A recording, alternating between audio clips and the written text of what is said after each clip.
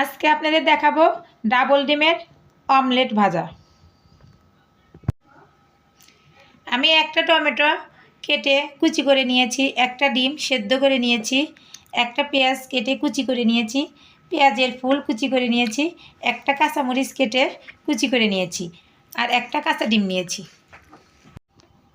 Double ডিম ভাজার জন্য আমি পেঁয়াজগুলো একটু লবণ দিয়ে ছেনে নেব।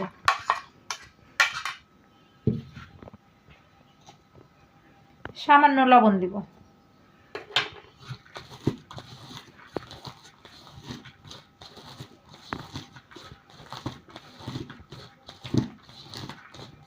ছানা হয়ে গেছে।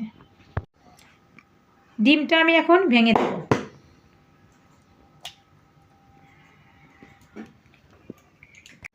একটা চা চামচ দিয়ে আমি ঘুটে নেব।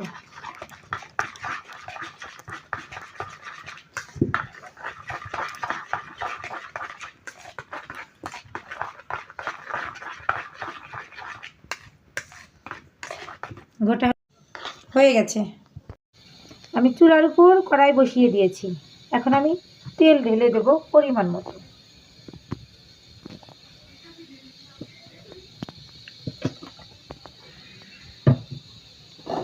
কড়াইটা আমি ধরে এভাবে তেলটা ছড়িয়ে নেব।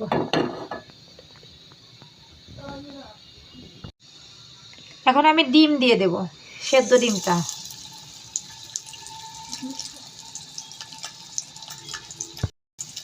মাঝখানে বসিয়ে দিয়েছি ডিমটা। এখন সাইড দিয়ে গোলা ডিমটা দিয়ে দেবো এইভাবে।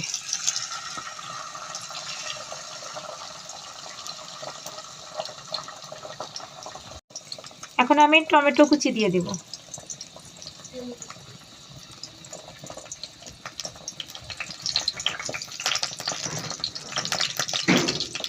কাঁচামরিচ কুচি দিয়ে দেব।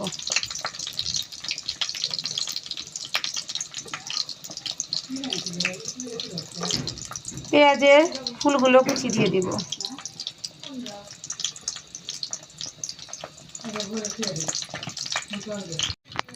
আবার একটু লবণ ছিটিয়ে দেব।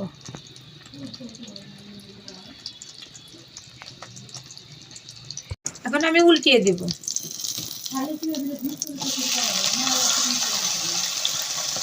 2 মিনিট ভেজে নেব।